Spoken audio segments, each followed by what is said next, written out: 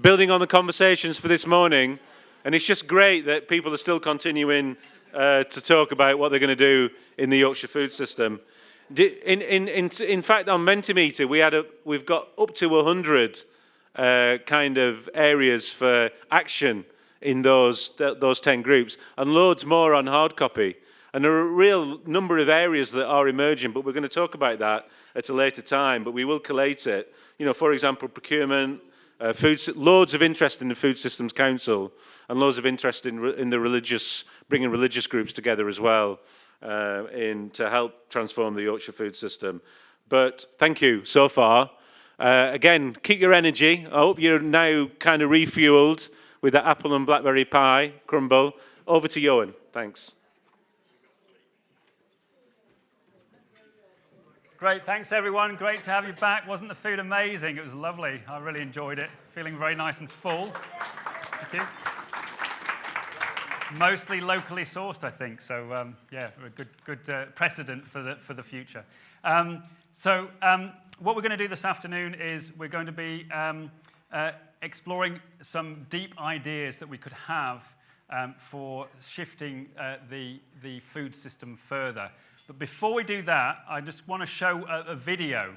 This video is really important. It's come out. You might have seen it already. It's the schools video that's come out before. We've just had a delegation. Unfortunately, I had to go back already. But there's a lot of effort. We were supposed to have a number of delegations from different schools here today. But unfortunately, because of school strikes, that wasn't possible. So a video was created instead. So I'd just like to show that video.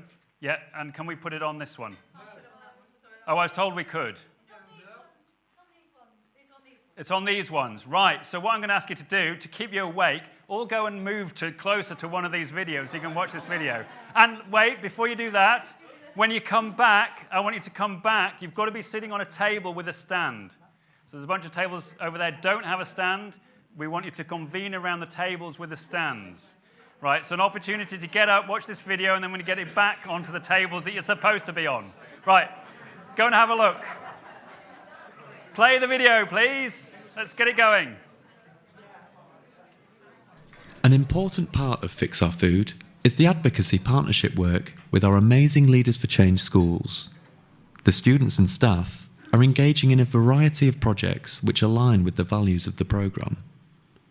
Here are some examples of activities taking place in 3 of the schools.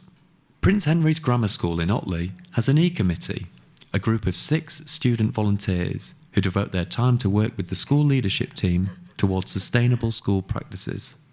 Meet them yourself. Welcome to the E-Committee! Hi, I am Evie. I've been on the E-Committee since Year 7, so 3 years.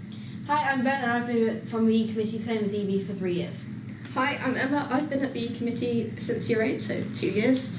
I'm Oliver. I've been at the E-Committee for 3 years, so since Year 7. On a recent visit, they highlighted the sustainable initiatives they are all working on. The E-Committee has their own notice board in school, emphasising the work they are carrying out alongside helpful, environmentally friendly advice. They also have a fair trade board, demonstrating the importance of buying through this route. In the grounds, they have an area devoted to planting 400 trees and creating a pond, and have adopted sustainable design and technology practices to create birdhouses. The school was built around a shared garden, and the committee explained how they rotate crops over the years and how their produce is used in cooking lessons, from seed to plate. The group at Prince Henry's are very enthusiastic and are proactive in capturing other students' voices.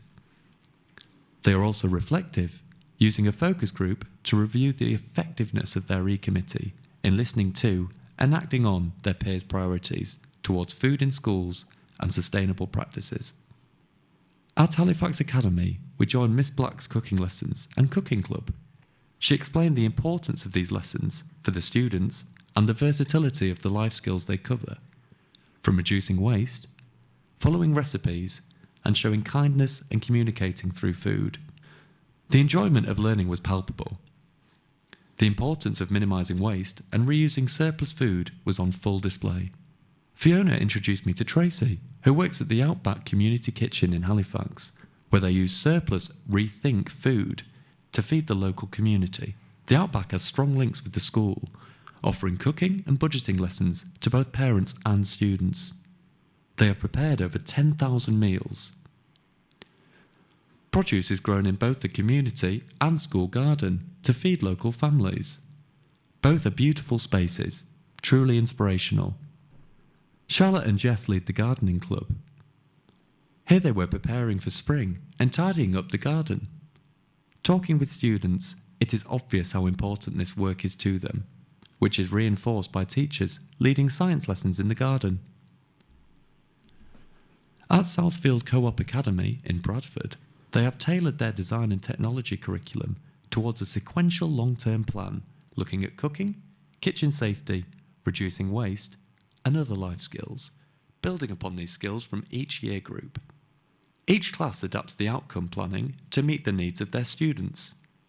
Here, Year 11 students were learning about the importance of portion sizes and using freezers and microwaves to reduce waste and reuse surplus food. The pancakes, vegetable soup, and toffee apple crumble were delicious, with surplus ingredients sourced from the school kitchen. The importance of nutrition and healthy eating is incorporated into lesson plans. The Eat Well Food Guide is utilised as an example of a balanced diet, looking at food groups, reducing sugar intake, and other principles that lead to a healthy lifestyle and promote independence, embedding these life skills to keep the students healthy. Southfield tailors lesson plans to differentiate across all learning styles. We captured a cooking lesson in a non-verbal class. Rachel and Sally, the head and deputy, ensure that every student has access to skills and knowledge around food and food technology, promoting independence and the need to take responsibility for their own health. We continue to be inspired by the amazing work being carried out in these schools. Thank you, Prince Henry's, Halifax Academy and Southfield, for sharing your inspiring work. You truly are leaders for change. Brilliant. Thank you. So the narration was by Jack, our brilliant narrator who's with us today. Do you want to stand up, Jack? Yeah, well done. Fantastic. So if you're not on a table with a stand, then if you can come and move over and we just want to convene together. So there's a couple of stands over there as well. Just want some nicely cohered tables. Don't get too comfortable because I'm going to get you working. You can't fall asleep in this one, even though it's the afternoon. You might try. I'm not going to let you. Right. So what we're doing this afternoon, as I said, is we are focusing on chairs, tables. Have to move. There we go. Work it out. There we go. Right. So what we're focusing on is the stimulating transformation idea. And if you think about what we talked about before, we talked about the big shift we're trying to make. And you might have a slightly different perspective on that, that's fine. But remember, we're looking at a fundamental shift we're after. The challenge when we do work in the second horizon space at any time is that often when we make the kind of changes, even if the intent is to be transformational, the initiatives or the changes that we bring in place can easily get co-opted by the first horizon. Remember, the first horizon is holding all the resources. A lot of the power is held in that. And often when we make a little bit of change, we bring something new in, it can very easily get sucked back in to support the status quo. A really good example of that is things like solar panels. Solar panels are really important when you put them on a house because it changes the relationship between the consumer and the producer. So technically, a householder would become the producer, so the consumer becomes the producer, creating more space for different technologies and innovation in things like energy storage or production that might not otherwise occur. I'm not sure that's happening in the UK for all sorts of reasons, but essentially all it's doing is serving the status quo, the big power companies and things like that in the way it's sort of set up. So you've got to be thinking not just about the innovation itself or the activity you're bringing in, you've got to be thinking about what's really going to be there that's going to give us what we might call an H2+, driving us forward somehow towards a transformation, or is it going to be likely to also be captured and is going to be an H2-. So your task for the next probably 18 minutes or so in your table, and it's not an easy feat, but it's just to come up with one really, really big idea. Something really big. When you think about the food system as a whole, that you would put in this space that would be an H2 plus kind of innovation? If we put something in, what would that look like that would really make a massive difference, a huge difference? So on your table, you're going to have to assign a chair, because you want somebody who can really make sure that everybody's having a voice on the table. Assign somebody who's willing to stick something into Mentimeter, and in about 18 minutes, you've got to come down to one thing, the most important thing you think that we need to do in the food system that will have the greatest impact in terms of driving us forward for a transformation. So that's the question. It says 20 minutes there, but we've already gone over time, so you've got even less, right? So that's your task. So you need a chair, you need a Mentimeter keeper, and then you need a good discussion, and you need to bring it. I'll give you a couple of minute warning at the end where you've really got to bring it together to that one thing. This is not one or two things or three things. This is one thing. You're only allowed one thing. And then what we're going to do after that is we're going to quickly bring it together somehow, and we're going to hone that down a little bit. And then the next discussion session, we're going to ask what's already happening that's actually relating to this. Because what you find in transformation often is that you've got these big things, it might be a new idea, but you start realizing there's things in place already that are moving towards that. And it's about cohering things around that to make that bigger thing happen.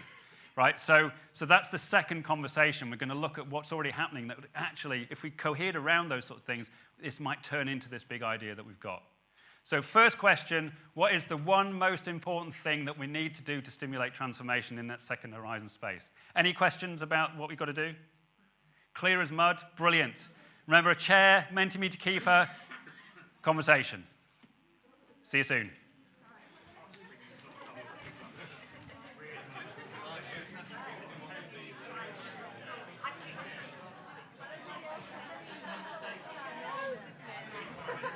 Yeah, that's great, thanks. Yeah, thank you. Some down there. I'll head down there somewhere. There's a couple of smaller. I want to see if these guys want to come in. Or do they want to join in? Oh, yeah. Do you guys want to join in? Conversation? Yeah? Do you want, I think there's a couple of tables are a bit lighter down here in terms of numbers.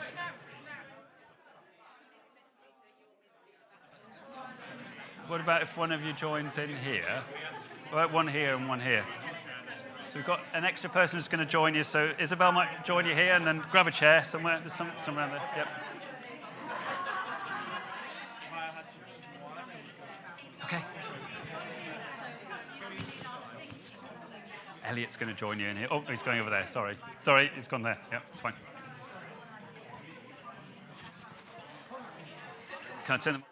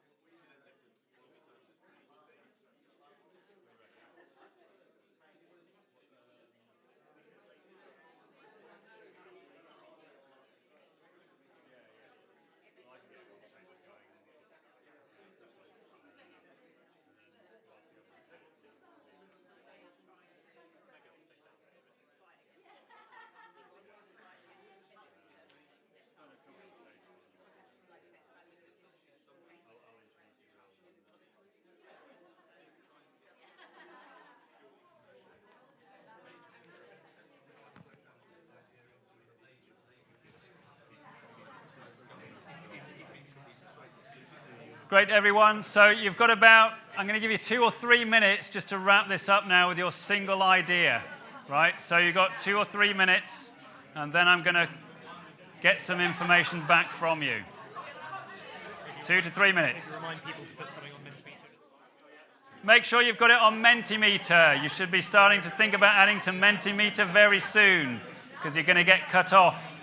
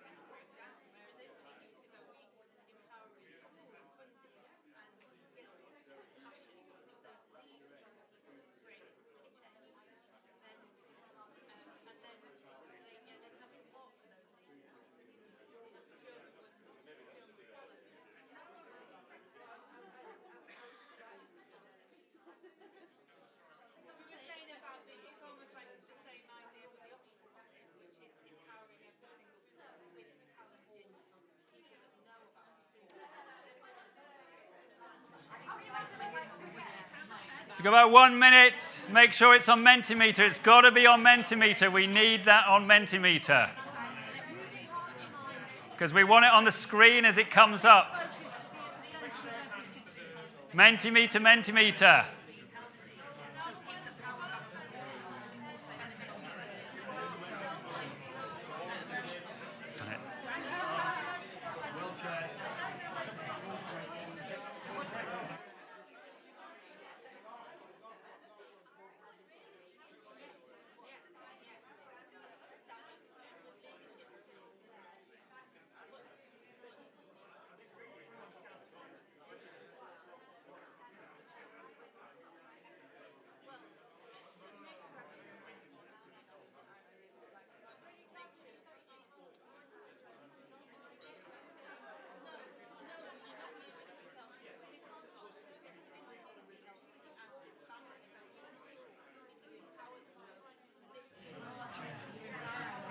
Okay, your time is coming to a close. We need it on Mentimeter. So we should have 9 responses.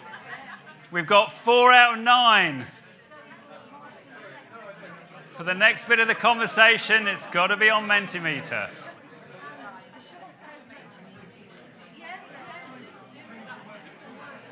Four Mentimeters to go.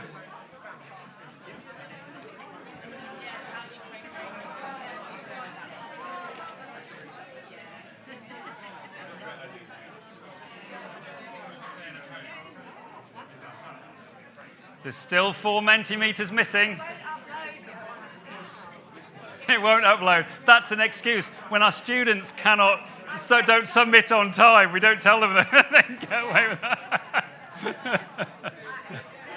It's too slow. Can you write it on a card? Okay, right. Oh, nearly there. Okay. Right, can I have your attention, please, everyone?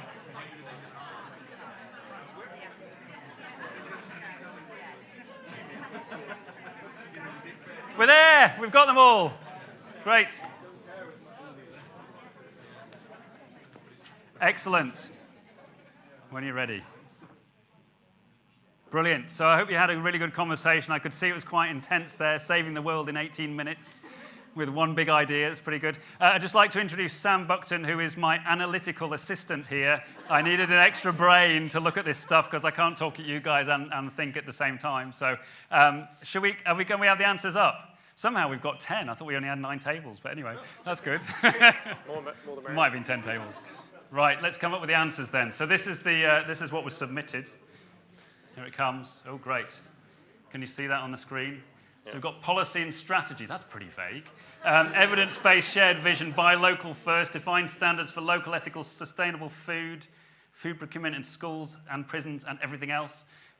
Create a Yorkshire food procurement hub, mandatory national One Health standards, public sector food, educate to drive system change, improving, there's some similar ones coming up, using hearts and minds to food proof, that sounds interesting, open food system data standards. Sam, is there anything we need clarification on? Because what we're going to do, remember the next bit, is we're going to be looking at ideas of where things are already happening around these. So that's kind of the idea. Sam, what do we need some Yeah, I mean, I guess I'd be interested to know more about this one here, about improving the procurement of food. I don't know which table. Great, yeah, that was quite vague as well. What are you talking about? You had 18 minutes, so... Have we got roving mic over here? Where's the roving mics? Move, roving mics. We'll have one over here. And then give us another one, Sam, that we were interested in. This improving procurement of food. And then we're going to go to who had the policy and strategy one? Okay. Oh, was that yours?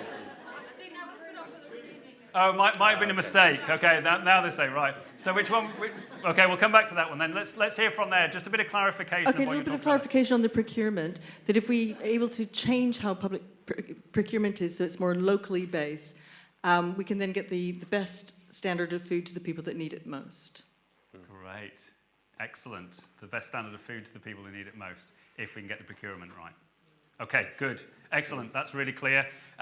Let's come to another one. What about, Sam, what do you reckon? Educate to drive a system change? Yeah, to incentivise. Could we scroll up slightly? Because I think there's a bit can more we move up a little bit on the screen? Yep. Do you want to read that one out? So educate to drive a system change to incentivise tax subsidy, etc., to healthy food consumption. Great. Who's that one? Great. Can we have poor people with the mics running around like crazy over there? Could you just explain that one a little bit to us? Okay. No, so we stand up? Yeah. Oh, mouth's gone dry now. Great excuse. That was good timing, wasn't it? Okay, yeah. So we were first talking about how important the supermarkets are and how powerful they are in this system. But then our other part of the table was very interested in education as well. So we kind of wanted to join these two things together and realise that actually the role of education is so important, and we want everyone to have a role in educating to drive consumption of healthy foods. So. And supporting that through subsidies. No, I'm just rambling. Is that right? We talked about doctors needing to know what to say to patients who are suffering weight-related issues. We talked about the government needing educating, maybe. And we talked about ending the stranglehold of supermarkets by reversing the psychology. They capitalise on the availability and palatability of unhealthy foods to drive their profit margins. Perhaps they should be taxed on that. Yeah, great. So it's kind of educating in a very broad sense, but also then tackling the status quo and the power within the status quo, something around that film. Okay, that's brilliant. That really helps. What about the evidence-based shared vision? Whose was that? Great. Can we go over there? Yep. Thanks.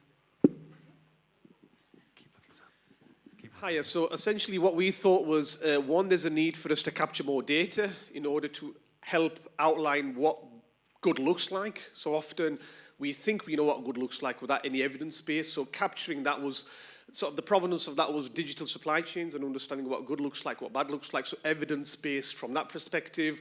But then equally similar to this group and some of the others, there needs to be a common agenda, a common vision, because often the supply chains are fragmented.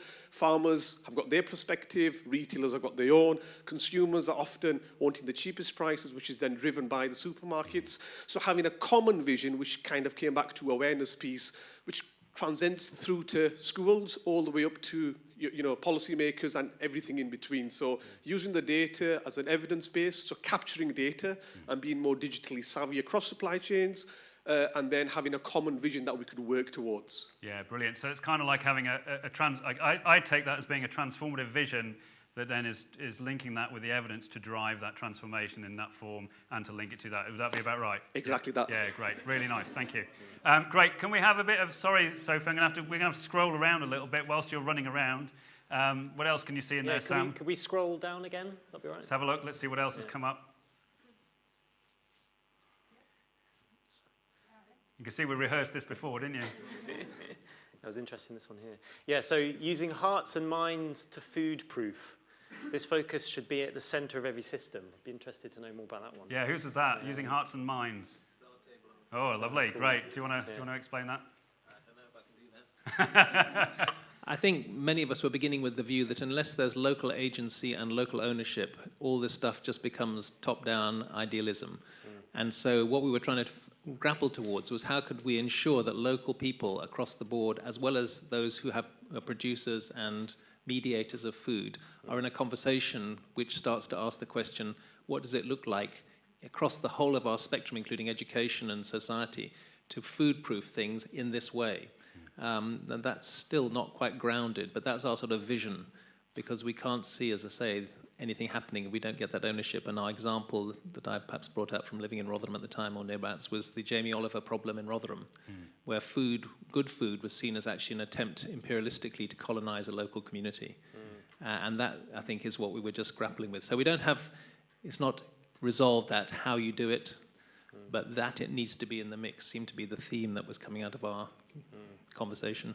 So it's sort of really putting the food values around food at the heart of a lot of other things and driving a lot of other things, isn't it? Sort of, I don't mean the value of food in terms of its value to a person, but actually food values at the top, and then making sure that that's driving a lot of things. Yeah, that's really good. Great, thanks. Sam, what else are we seeing there that needs to come in? So we've got this one at the top. Mandatory national One Health standards for public sector food. Okay. Yeah, so maybe someone could talk more about the sort of One Health idea. Oh, Nicola's waving down here. That's great. Yeah. Do you want to explain that? Yeah, well, we went round the houses a little bit to get to this, because what we wanted was something where we'd got something that was mandatory, but that it wasn't too onerous for small businesses to follow, so that it became part of culture, so that everybody just did it, and that it was something that that everybody was able to do. So it focused on quality, seasonality, carbon impact, so people were kind of automatically doing the right thing because of the themes in these mandatory standards. We thought that a lot of it would be around the education piece, so that be it the school cooks or whoever were skilled enough to be able to make those decisions and were empowered enough to do what they needed to do to provide healthy food for children and planet. Have I got that?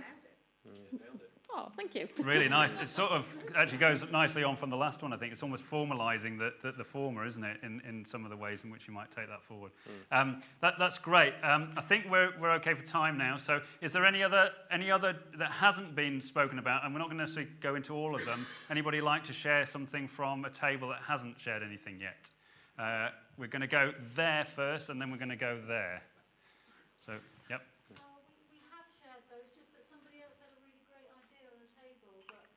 I'm happy for it to go somewhere else. That's okay. Well, start with that then. We'll just start with that and just add it in. Yes. Yeah. Okay, so we figured that a lot of the problem here stems from poverty and the ability to be able to choose, select healthy foods and so on. Fundamentally, it's about price being the primary determinant of what we eat. So can we introduce a system whereby the amount that you pay at the till is proportionate to how much you earn? Somehow you show a card, and if you're really rich, you pay an awful lot of money. If you're really poor, you don't pay very much. That way you level the system and everybody gets to choose healthy food. Nice. That'll be a political fight, but it'll be a good one. Great. Let's go to just the table here as well with Adam. I think has had his hand up. Thanks, Annie. We also discussed overthrowing capitalism on our table, but maybe that's for another day. It's interesting when all this comes up because people end up talking about the same things even though you've got different points, which is great to see, isn't it? Ours was the bottom left, which I tried to write hastily. We spoke about lots of different things, and then we had a discussion about food procurement. What is, if you had one big thing you've got a budget, let's say in the schools that's going into hospitals, prisons and schools. And if you were looking in Yorkshire, could you say, right, you've got a budget here, good to go, and that budget is going to be spent on X, Y, and Z things that you have looked at through the Fix Our Food programme. Yep. And that's how you start to drive the change, because we were discussing carbon credits, all of these different things that need to happen. But if you need one big thing, you've got to find a budget that's already there that's got to be spent. Yep. Great. So the food procurement on the big stuff. Really good. A table that hasn't had a chance to say anything yet. Does anybody like to share? There's one there. Yep. Amy. Yep. Oh, and here. Yeah, thank you. Thanks for spotting. Somebody came up with the one about the data standards. I thought it was a brilliant idea, that most people have no concept of how the supermarkets come by their prices, so they just compare supermarket with the other supermarket, and they have no relationship to costs and values of production. So if every piece of food in the supermarket had to say how much they paid for it and how much it cost to produce, would be quite interesting information, and then the public is empowered to make their own choices, so we're not demeaning the public's ability to choose. Brilliant. Fantastic. Love that one as well. Some amazing ideas coming out. And I think I'll mention that in a minute. Any other last... Yeah, sorry, thank you. Yep. So, follow very well, adding to a theme, we were very much around government procurement as well. We started that with the idea of buy local first as a concept. And then we went through a debate about what is local, and that was mainly from having a colleague on the table who is a coffee roaster. With the greatest will in the world, Yorkshire's never going to be one of the great producers of coffee. And so again, it was then thinking about actually how do you define those standards, as others have discussed, that can then define what local, ethical, sustainable food really looks like, and then it makes it easier to make those procurement decisions. Yeah, nice. Local and ethical. Brilliant. I want to go make sure we've got not new ideas, but other tables that haven't had a chance to say anything. Is there any table? I think we might have covered all the tables. I can't remember. The last hand then that just came up. Yep, come in. Yep. Thanks. It was something I shared with the table afterwards. It's something that I've spoken about with my family, and the idea would be to bring back saying grace before every meal. In a manner that isn't necessarily religious or faith-based, but to say thank you before every meal. And that might help stimulate transformation. Nice. Something we could all do from now on, all of us in this room. There's a comment who wants to come in. I'm going to give you the last chance. Last comment. Yeah, great. Thank you. So first of all, the team have put a great comment up there. It's the one about the Yorkshire Food Hub. I just wanted to add something from a slightly different angle. In business, to make a change, you have to create a crisis. But one of the things that I'm thinking here is I'm also a county councillor, so I know quite a few things about the council and some of the challenges we have. But we know most of the evidence coming out of the United States right now is most illnesses caused by poor nutrition, poor lifestyle. So clearly there's a health issue. So if we do better food, our NHS costs go down. We've got people living longer in Yorkshire, but not living quality lives any longer. So there's an issue there. Schools, we have kids that are being excluded from schools, primarily because they haven't had a decent breakfast. So I think perhaps we should, we perhaps could look at those sides and the societal benefits. How many people are actually on the wrong side of the law as a result of growing up in a place where they didn't get this type of food? There's other issues as well, of course. But I just think that it's how we make people aware of all these, not only are you getting a great meal, but you're feeding their brains, their bodies, etc., etc. So I just wanted to throw that one in, which is, rather than being food-focused, there's actually the impact of good food. Thank you. Yeah, great. So that's around shifting the narrative, isn't it? Really around the benefits and the positive outcomes that by doing any of this work would have. Thank you. Seeing food more holistically, I think, as well. Yeah, that's great. And that links back to some of the contrasts that we were talking about before. Thanks, Sam. So we're going to end this conversation now at the moment, but I think what it really does highlight is just how much potential there actually is in the system already. If we're coming up with ideas like this, there's nothing really that would stop us doing that. If you just think about the future, we're talking about an envisioned future of a food system. Well, that future hasn't technically even started yet, or any future. The future only comes from how we act now in the present. So there's a huge amount of potential that we've got in the present in this room in terms of our expertise and our ideas that can come from that. There's no shortage of imagination and vision out there, which you've really clearly demonstrated. The next really question then is how do we start convening around some of these ideas in order to start making the shift happen? We're now going to get, so thank you for those ideas. They're really fantastic. Let's give everybody a round of applause for those brilliant things coming up. Thank you. You're now going to get a 10-minute comfort break. It doesn't include coffee, but it might include water.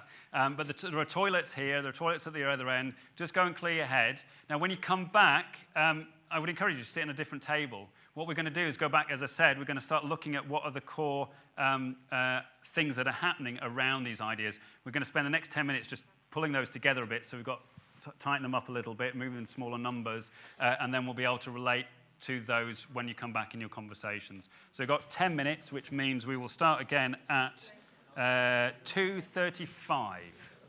2:35. So back in the room, sharp 2:35. Thank you.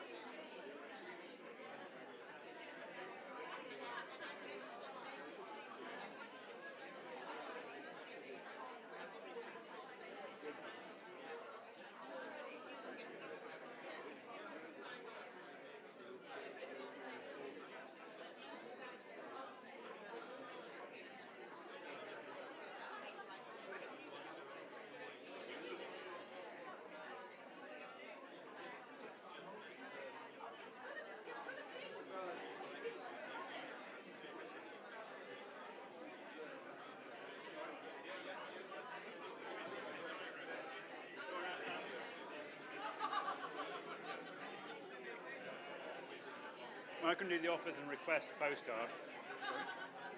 I'll do that bit. Yeah. That's great. And then I'll leave it to you to sort of wrap up. See if we've got any pledges coming out. Okay. Yeah. And bring it together and then. Yeah. I think what time are we finishing? Okay. I think we're roughly on time. We're a bit behind. Yeah, you probably won't. You might not even need 20 minutes there. Yeah. You got that plus. So we might go 5 minutes over there. Yeah. And then. Yeah, that's fine. Round up the day. Give some people some. Do you know what you're going to say about what we do next? Well, no, I'm going to do that. Have you got any ideas? No. I mean, there's a few things I've got down. We'll do a simple collation of stuff. But probably, I think it's more like, for me, if I was in the audience, I'd probably be interested in how can we start taking this cohering forward. I don't know what we can say there, but We can definitely say we're going to do a food system council. Based on what Jan was saying this morning. That's just the bulk of that. Cool. And that's quite big. And then we'll see what else comes out. Okay, that's good. All right. Your approach to food procurement is obviously consensus. Sam, I clarified my table. I said, I quite like doing services. Young is a really able communication assistant. Maybe I might get you to just clarify that. I might ask you for that.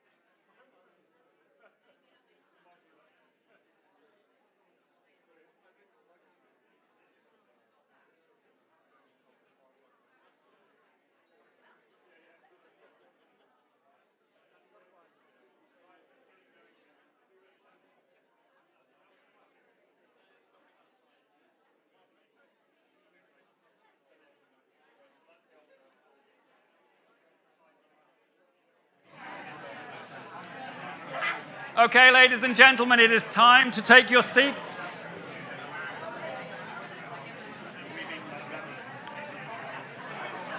Time to take your seats again. Remember, you can move. You can go and talk to different people. Maybe you didn't like the ones on the table before and you wanted to go and talk to somebody else. Feel free.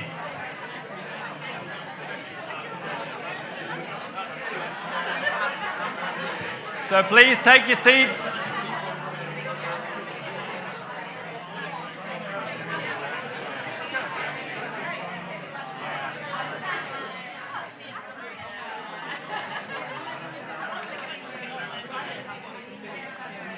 Go and check to make.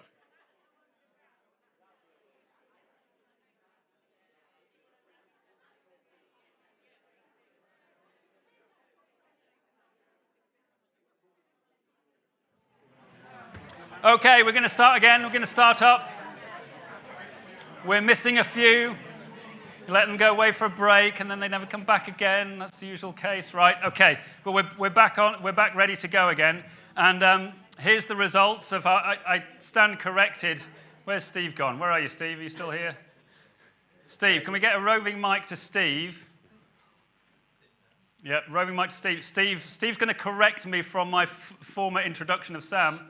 Yeah, I was clarifying to my table when Johan was presenting, he and Sam were presenting, his role was not correct. Actually, Sam is the Three Horizons expert and analyst on the project. Johan is a really good assistant who communicates the results. Thank you. Great. So I'm going to hand over to Sam now, who's going to reveal the results of the amazing analysis that they've done in the last 10 minutes and brought all your stuff together. Okay, Sam.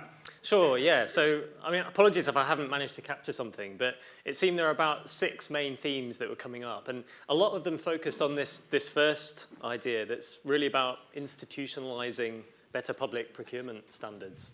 Whether that's via a food hub or, in schools, for instance, for more local sourcing. So that seemed like a key thing that was coming up on multiple tables. But then I think there's also this idea about having more participatory local processes to develop food system visions and action, particularly to encourage or to develop more kind of local agency and a sense of ownership of this. Then the third one here, I've got recognizing the multi-benefits of better food. So that's really about seeing the impacts of food more holistically.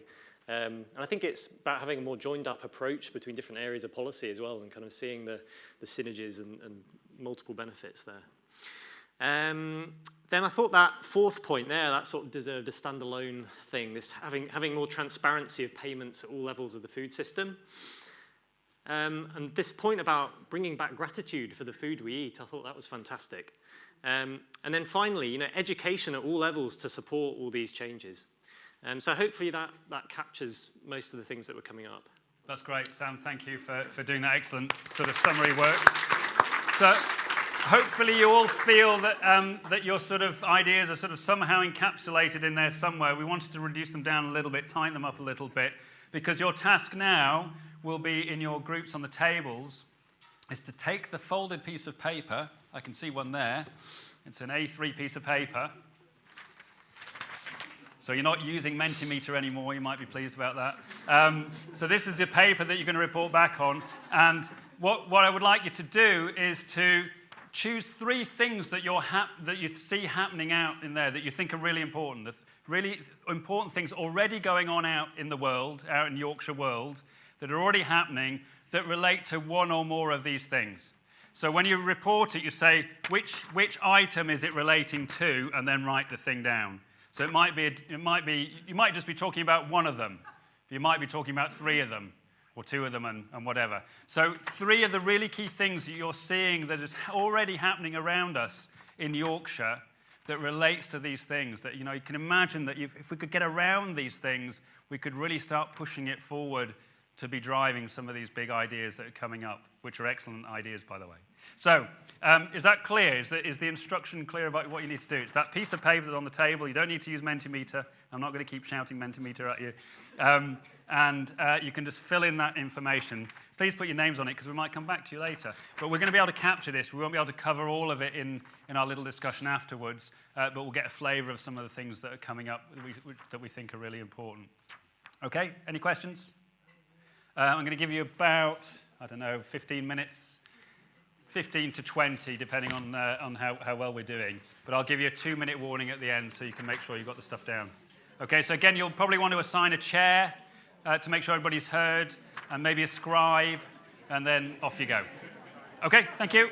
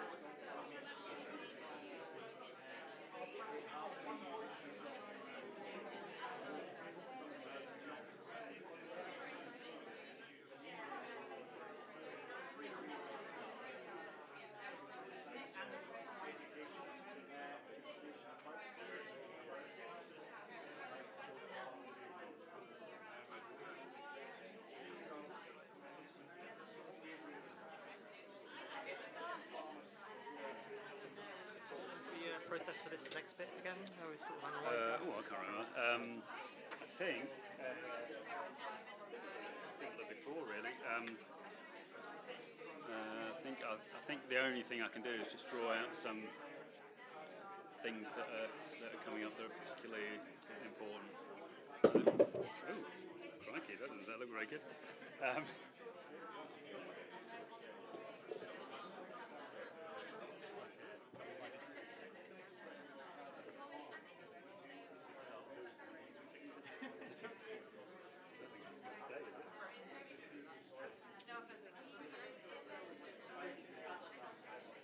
It is off centre, but it won't stick without being centred.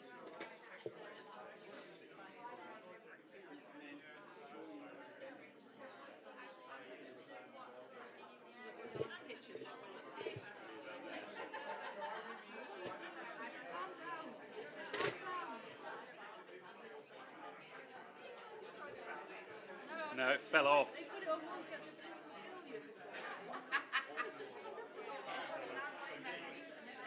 Aligned, beautiful, on message, on brand. It's not Melinda. I just think I've managed to just infiltrate all your brain. Doing a Belinda. So the next bit, I'm just mostly going to be drawing stuff out. So I'll need the row from Mike. I've got that one there. And I've got these, because I'm pretty sure a lot of people won't have their card ready. So I'll give you two. So what we'll do is we'll get everybody, after that session, I'll get everybody to stick their hand up, hand up, and then I'll take it over. Oh, post up, yeah. And then it can always post them back, and they got the address from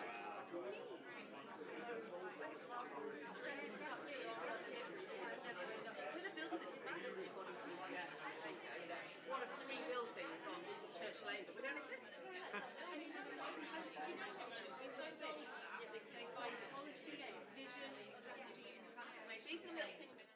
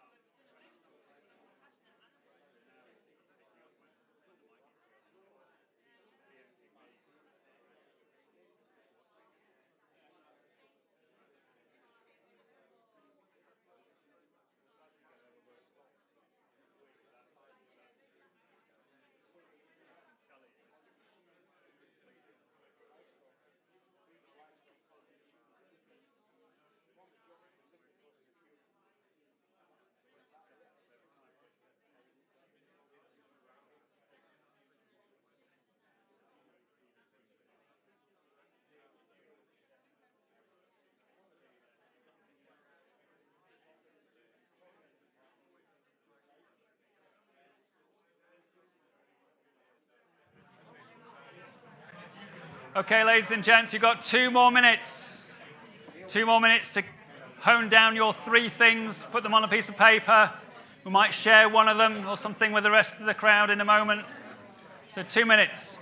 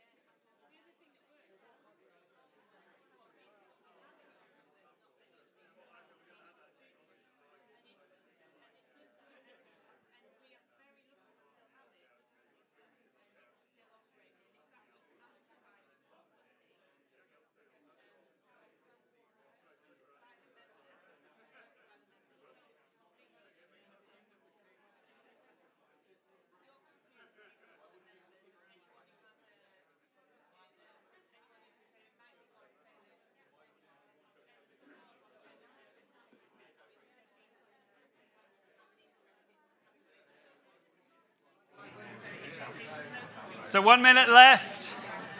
Finish off your bits of paper. We want the information. We want your ideas. We want your thoughts.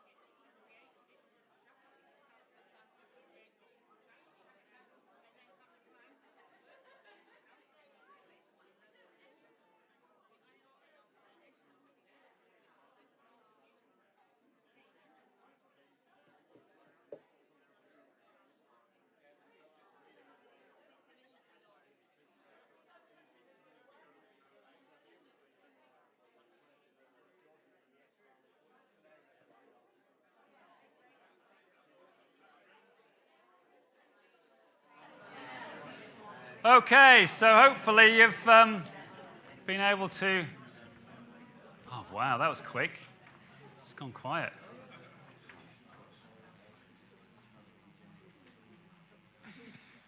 Thank you. Great.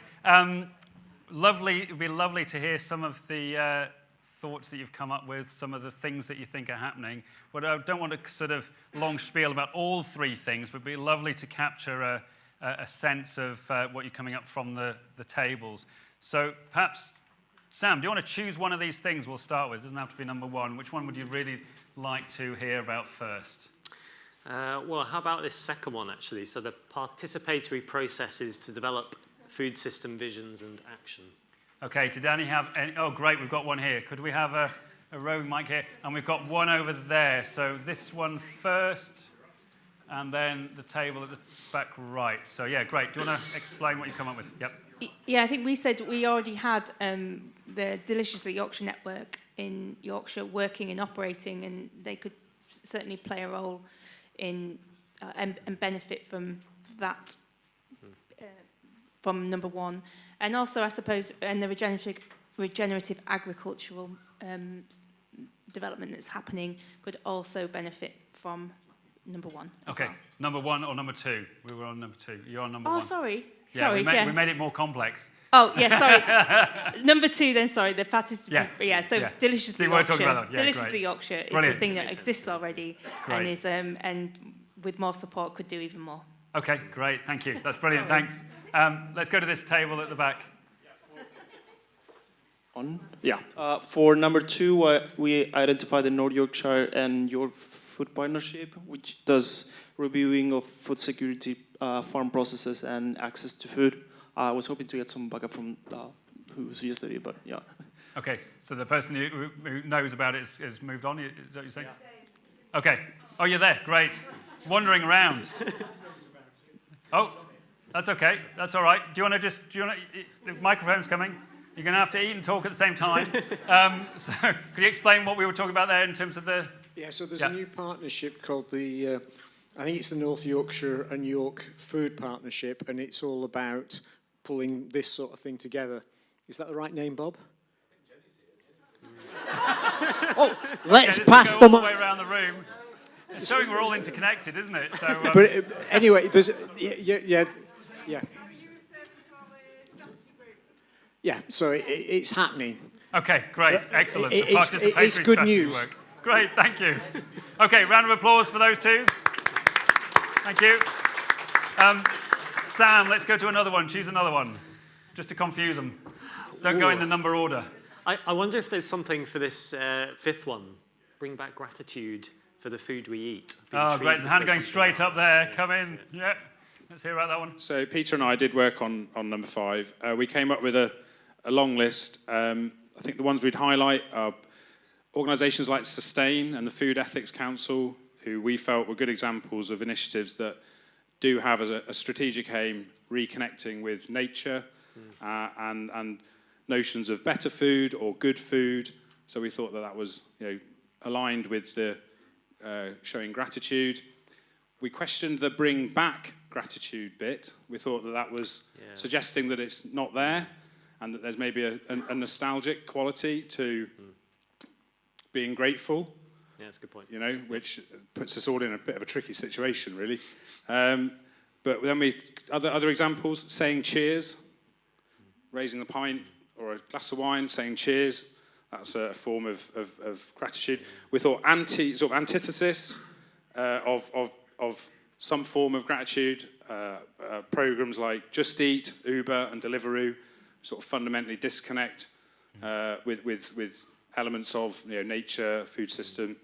But we also then got sort of down the sort of class discussion wormhole around that one.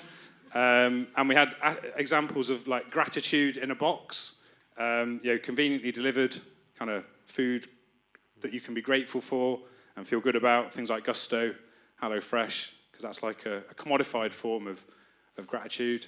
I can go on, but that's brilliant.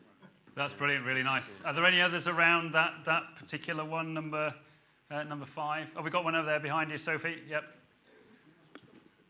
Thank you. We didn't actually get onto this on our table so much, but I would say that the concepts of either pay as you feel or give as you feel community food providers is exactly this, because at the project I run, we make a massive effort to talk about the value of food, and there's no such thing as free food, and that everybody ideally can contribute in some way, and that value of reciprocity for what they receive at a community cafe is either given back in time or donations or skills.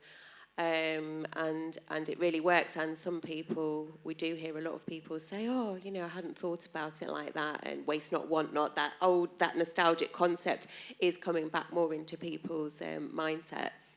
So the give as you feel concept is definitely about gratitude for the food. Great. Really good. Really nice ideas there, really showing that there's work already happening in some of these spaces. So round of applause for those two. Thank you. Okay, Sam, do you want to choose another one for us? Should we go for this big first one? Yeah, number 1. What's that one? So do you want to read it out? Institutionalising better public procurement standards. You're right, okay. Who talked about that one? Ideas that things are already happening. Got one over here. Any others? Well, I'll talk, but George... interrupt me if I get it wrong. So we've got a dynamic food procurement system. So this is technology that allows an alternative way to procure food for larger organisations. So basically, small producers can register themselves on this food platform, which then allows them to be part of a larger procurement process that they probably wouldn't have gone for in the first place. And it also enables small producers to, they don't have to think about the logistics because the online platform allows the buyers to link into this, the order goes to the producer, and then the logistics provider picks that up and transports it to the purchaser. Joe, add to. But yeah, so it allows small local providers, producers, to be part of bigger procurement processes. Great, so it's already happening, is it? Sort of. Do you want to explain where we're at? Yes, I understand. I mean, there was a pilot down in Bath and North East Somerset. Miles mentioned this, and it's out there, but it's not rolled out. It requires local authorities or purchasing organisations, that type of thing, to kind of buy into it and to have the technology. I understand that there's 2 or 3 various different systems out there that could be used, but my understanding is no, it's not rolled out right across the country. Yeah. But it could be. And it's not starting from scratch by any means, by the sound of it. In terms of I don't believe so. No. Yeah, so it's all possible, isn't it? Yeah, great, really good. Anybody else got anything on that particular point? Number 1, would like to share? Oh yeah, over there. Great, go for it. The NHS have just put out a brand new set of public procurement procedures on all things. I won't say all things climate, but essentially, and I would imagine that food is in there. So they've started to put it in there, and at North Yorkshire we are looking at how we look at our public procurement for anything. And the NHS will probably be the model for that. But the NHS have already got a new policy out there. Yeah, great. So it's kind of like tying the 2 things that are emerging or whatever somehow in the service of food system transformation. Thank you. That's brilliant. Round of applause for those 2. Thank you. It's very exciting to hear so much is already happening. Sam, over to you. Which one are we going for next? Oh, let's do number 3, please. So recognising the multi-benefits of better food. So understanding food's impacts holistically. Oh yeah, we've got a hand over there. Great, over there. Any others? Other hands? Can't see hands. No. Right, let's start over there. Yep. So we thought that the fact that there are already, in fact, represented in this room, all the groups who are already doing this. So that's definitely something that's here, has been here for a long time. We used the example of Regroup, who are offering up 10 million hours of education per year, I guess that is. Rethink Food. I sit corrected. There's also another example of a doctor's practice in London where they're actually using food as a fundamental part of the way that they talk to their patients. And then there's also an example of something that comes through social media being a way to see what's happening in regenerative farm situations. It's called NEP. So those were three examples of things that we saw happening today.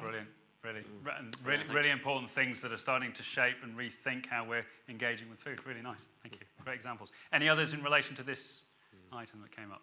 Any other tables? There's a hand here, over in the middle. Yep. Thank you. We just thought the work done in Sheffield for auto-enrolment for free school meals, so it obviously encourages better partnership working between central and local government, encourages take-up of free school meals and provides young people with access to nutritious food that they otherwise may not have received. Fantastic, thank you. Great, thanks. Round of applause for all those, thank you. Okay, what have we got left? So we've got number 4 and 6, so let's do number 4 first, I think. So this is transparency of payments at all levels of the food system. Anybody come up with anything on that one? Hands up, hands up. Ooh. Oh, we've got 2 over there. So we've got 2, is it same table or? It is. Yep. You can fight over the mic. We came up with the same thing. It's not total transparency, and I think actually, as much as it'd be really interesting to know, I'm not sure two businesses, i.e. a farmer and a supermarket, either one would be comfortable with knowing actually how much you paid. It's quite a rude question, isn't it? How much money are you making or not making? But Morrison's do a milk where they say, oh, we paid, I don't know, 2 pence extra a litre for this, and it highlights that they have paid a premium. But that was the only example that we could think of. Great. Sort of, at least there's a precedent there for it. We've got a hand coming up. Did that capture the rest of your tables? Thanks. Yeah, great. Over to Amy then. Thank you, Amy. Hello. We advertise on our website for the mill that we pay quite a lot over the odds to buy our grist for our mill. And we let everybody know, and our bakers pay a little bit. They're willing to pay a bit more, so we let them know exactly how much we've paid. And then we say, you know, we've paid more for the transport this year, so we're going to have to put prices up. Are you happy with that? We have big discussions right through the chain with our suppliers and our customers. Great, thank you. So it's not even just being transparent, it's been actively transparent in a way, isn't it? So great. So yes, thank you very much to those. Any others on that one? I think that's maybe something where we've got to start looking at. Maybe if there's not initial momentum, it might be tells us something, doesn't it? Sam, over to you. Yes, that brings us to this last one, which in a way feels like it goes across multiple action areas. That this idea of education at all levels to support food system change. Great. Hands up if you've been. We've got. I thought we might have 1, 2, 3, 4. So 1, 2, 3, and 4. Yeah. Okay. Yeah, we identified 2. The first one is chefs in school providing training and education on food, nutritional values, food sourcing in 6 schools based in Sheffield and Doncaster. And also the Yorkshire Agricultural Society providing education on food sourcing, farm operation. The Scottish show at the Yorkshire show to provide educational material for primary and secondary school kids. Great, thank you. Next table next to you, Belinda. Yep.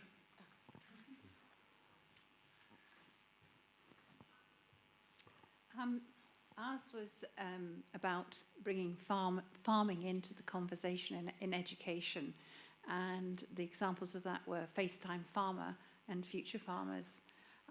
The other one was food banks, in terms of them being places where education is happening as a secondary aspect of that. Slow cookers, recipe cards, cookery classes. So that those were 2 examples of things that are happening. Yeah, great. So these sort of things are things you could easily start to see to expand out and move from. Yeah. There's one other that I'd like to mention that sort of was in R2 but we didn't talk about, but I think is important, and that's about the religious groups. The fact that they meet on a regular basis, are very much, if you like, ear to the ground, access to people who wouldn't necessarily be a part of, you know, say, for example, this community here. And so we, you know, we felt that they were a really important group that's already there, but also, you know, would be something that could be the way to reach other parts of the community, so to give the diversity that's needed. And to structure that around food. Great. Yeah. Is that a specific comment to that, or shall I wait to the other tables? It is. It's an example. Okay. Do you want to come nip over there then first, Belinda, and then thank you. Thank you. Sorry, it's just feeding off that. A fantastic project, not happening in Yorkshire, happening in Brixton, but tapping into exactly what you're saying. So predominantly going to centres of faith and reaching groups, predominantly males that don't access NHS services as much in these particular communities, and predominantly black communities suffering from hypertension or higher rates of hypertension. So an NHS doctor there has set up a charity, is doing this work, but is also feeding into that. Some of the local GP services there are prescribing fruit and vegetable supplies as a prescription. Sorry, just your comment triggered my thinking about this example. But using it as a way to access and educate people that sometimes don't always engage with other services. That's really nice. It's the sort of sharing of food as part of the education and the access to as well, isn't it, that's coming up. We had 2 tables, I think, over there somewhere. We've got, great, go for it. Yeah. So we are focusing on schools as our examples. And we broke down education into sort of 3 inputs and outputs. I'm not sure how to describe it, but the first one was around how, with the holiday activity program, that the live action learning of doing it, coupled with the really clear, good academic evidence base, has really then stimulated educational learning for other HAF enablers around the country, so Department for Education and other places to replicate and take that forward. So we thought that was good. The second element was around the educational lens of mutual benefit. So being able to show the example, we used Ravenscliffe School, where there's a really clear understanding by the school leadership team that embedding a good food environment is absolutely mutual benefit for the academic outcomes that they want within their school. And we thought that was a really good case study to use. And the third one was around auto-enrollment. I know that's been used before, where actually there's really clear, simple language that is used in what can be a really complicated system, so that all the different people who need to come together, the benefits team, the schools, can actually come together and deliver it in what's quite complex. But it's education, just simple, clear language that everyone understands. Yeah, great. So some really good examples of even how to do it as well coming out from that, which are excellent. Thank you. Let's go to the next table. I think there might be a couple of other tables. Yep. We covered some of the things that have been talked about already, but the thing that we sort of mentioned was about awareness and how raising awareness can lead to, I suppose, knowing more about things in education. And really we thought about things like how crises can raise awareness, and particularly related to Brexit and COVID with supply chains and less food in the supermarkets as we have now. It basically raises awareness and it's covered in the news more. And obviously the role as well of celebrities, so Marcus Rushford and Jamie Oliver, that they are then, engaging and showing people, and then how Food Foundation and other foundations are involved with that. And obviously the role of social media, FaceTime a Farm as an example, but other influencers on social media. So I think all of this awareness is also related to education. Yeah, brilliant. Really fantastic. Thank you. Was there any other tables that I've missed there? Oh gosh, coming thick and fast. Right, keep going, Annie. We had a bit more of a discussion about what was meant by participatory processes, and kind of dug into that a bit, whether it was about citizens and sharing the power. Which is the kind of what we went down. And the initiatives that we thought about were the whole food strategy, which Hilary is involved in, and kind of local citizens are being involved in every stage of that. So that's a really exciting project that's ongoing.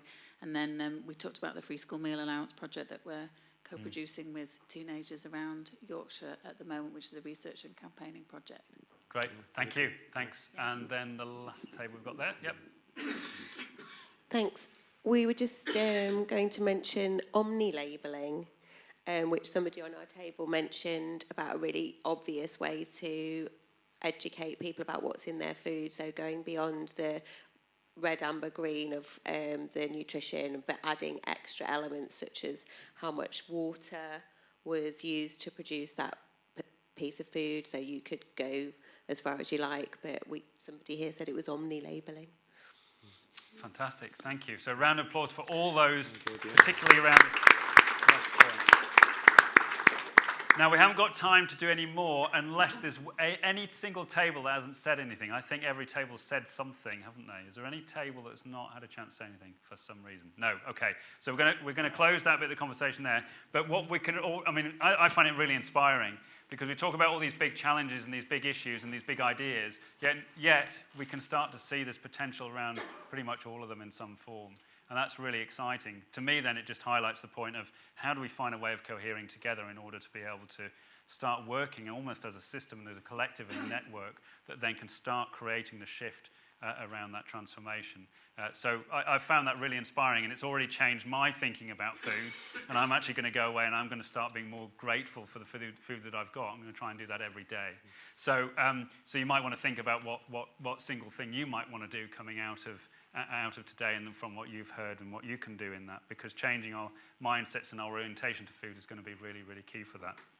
We're going to go to the next bit, which is a little bit of, again, a little sort of sort of break, but not really. And that is, you will find in your packs, but we're going to have a few roaming if you can't find your packs or you've lost them or something, but you'll find a little postcard, right? So if you've got your packs, grab your postcard. If you haven't got your packs or you can't find your postcard, stick your hand up and keep it up, and either Sophie or Belinda will wander around and give you a postcard, but you'll have to keep your hand up high. And what I'm asking you to do, so if you just pay attention a minute, what I'm asking you to do is fill that in, right? So this is for us. And basically you will all have some role to play in this system, right? So you all have some kind of role to play in it, and therefore you might have something to offer to the system. So what is it that you're offering? It's not saying, I'm going to do this. It's saying, I'm already doing this. I'm already offering into the system, right? So just write down what it is that you're doing. But it might be that there's also something that you're doing, but you also want some help with. You want to find somebody to connect with who can do something that you can't do already, right? Or it might be just, if only I could connect with a farmer who is producing regeneratively, then it means I can solve a massive problem that I've got. So you could put that on the I will need bit. So on your postcard is something you're already doing that you might do. So I might be a regenerative farmer. I'm producing food regeneratively. And somebody else might be saying, well, I need to find a regenerative farmer. So what we're going to try and do afterwards is connect a bit. So if you haven't had a chance to connect, we might spot some things in there that might be really useful. Is that really clear? So just write that on the postcard. On the back, remember to write your name, organisation, email address, or whatever you want to put on there so we can get hold of you. We need to know who it is that's on the card in order to be able to make that connection. So just spend a couple of minutes filling that card in. If you still haven't found a postcard, stick your hand up, or you've lost your postcard already, then stick your hand up again. And I'm just going to give you about 2 or 3 minutes to just fill that in quickly, and then we will move on to the final stage of today.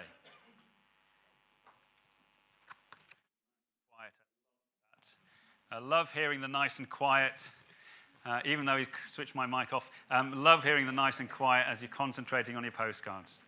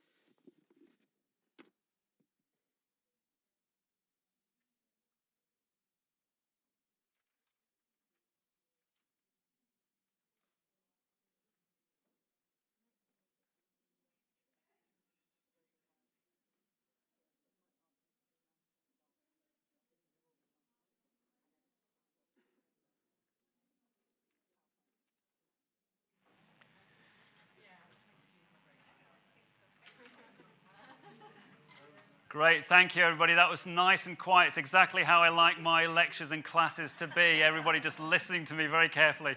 I'd just like to say thanks to Sam for doing all that work with the analysis and the juggling around that. So a round of applause for that. I'd like to say a thanks for the mad rush of the roving mics that worked well with that. So a quick round of applause there. Thank you. And of course, thanks to you. I found it really inspiring, this. It's just amazing to have this sort of level of expertise, and you can just see the ideas bubbling up and all of that sort of stuff coming out, which really gives me a lot of hope for how we can move things forward. So thanks to everybody here as well. Thank you. And over to you, Bob.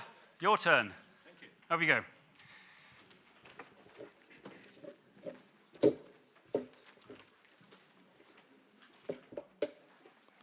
So, what I'm going to do is two things. I'm going to wrap up,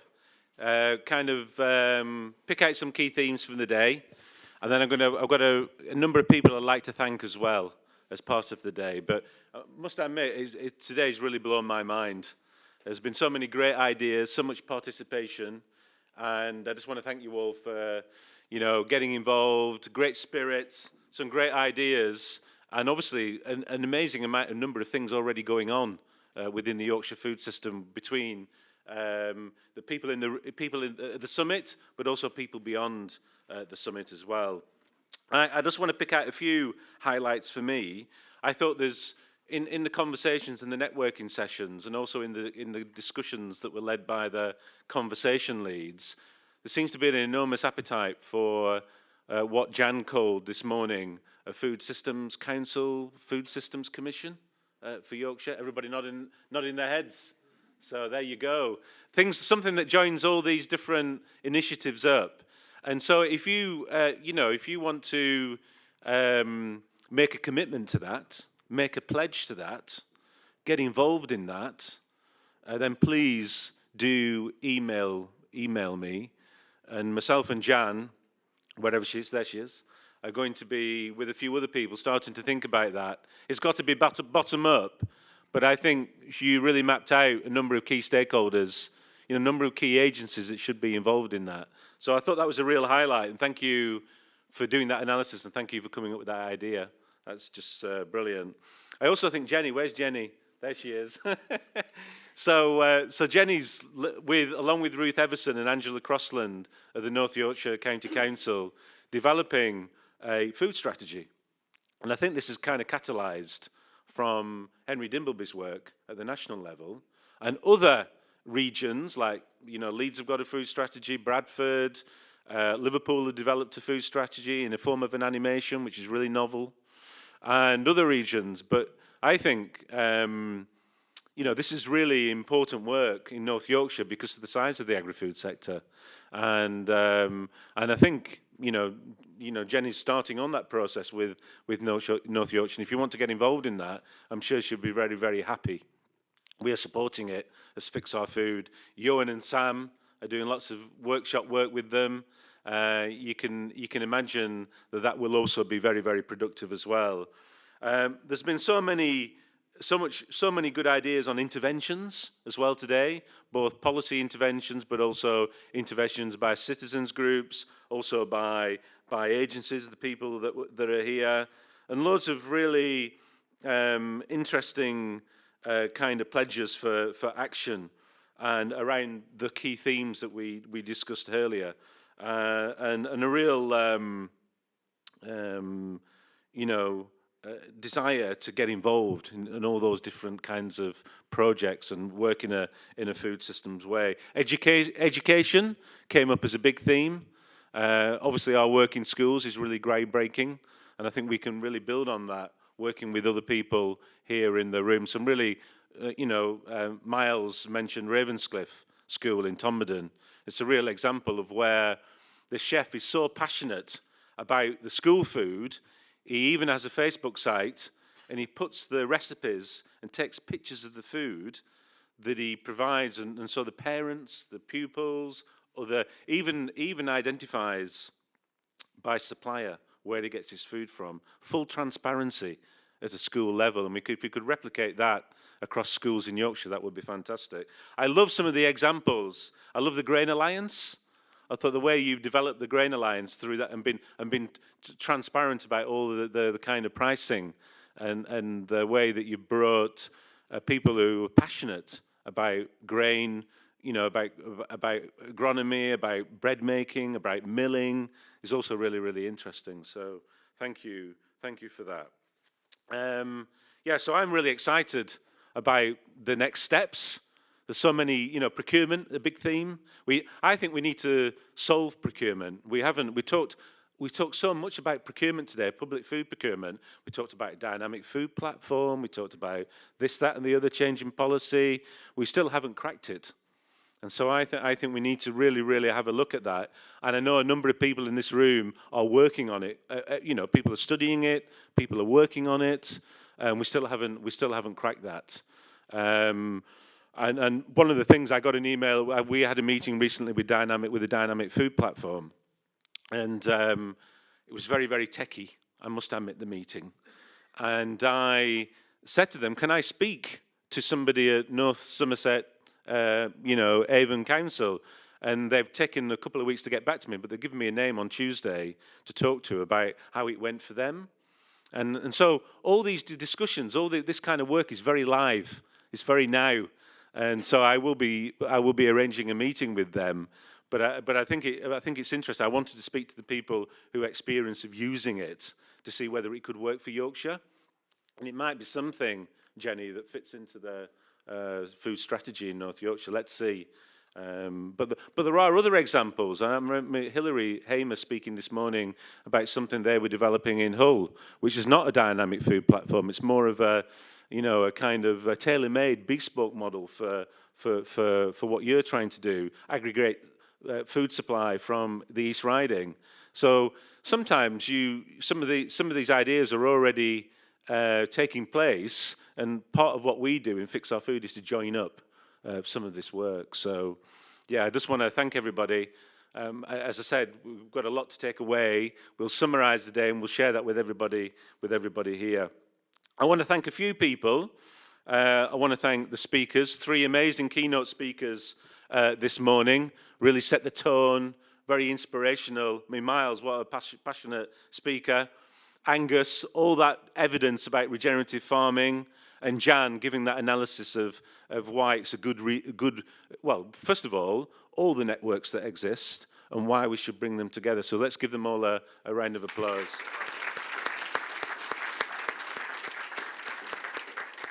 I want to thank all the conversation leaders as well for their work in the air room and the wharf room.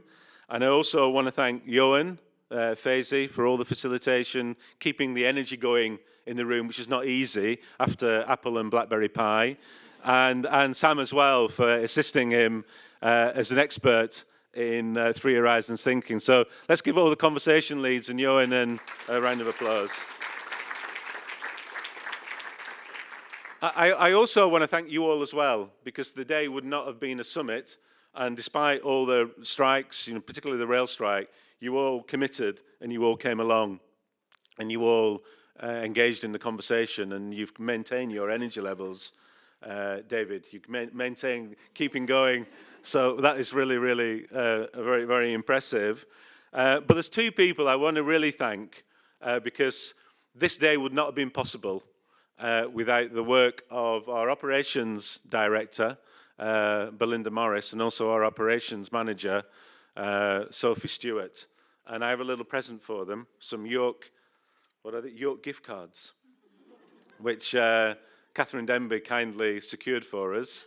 And so I think, when you look at a day like this, the food, the invites, the transport, everything, the tech, getting us all here, it's not an easy feat for those of you that have organised events before. The filming, in fact, thank Jack for the filming, that was fantastic. So yeah, can Sophie and Belinda come to the stage, please?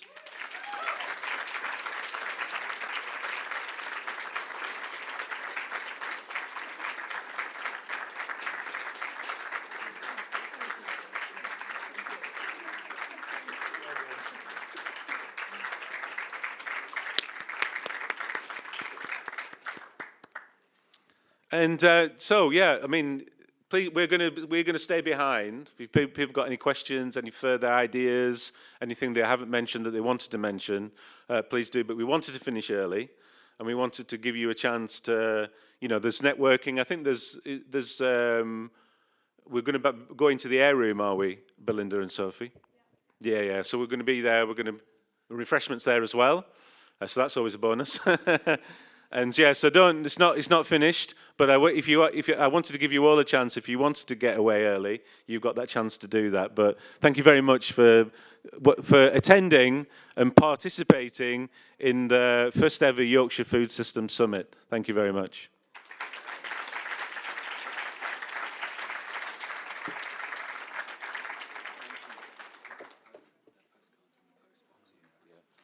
Just one final thing. You'll notice when you walked in a postbox. Yeah, on the a mobile postbox. So if you put your postcards, please, in the mobile postbox, that would be very much appreciated. Thank you.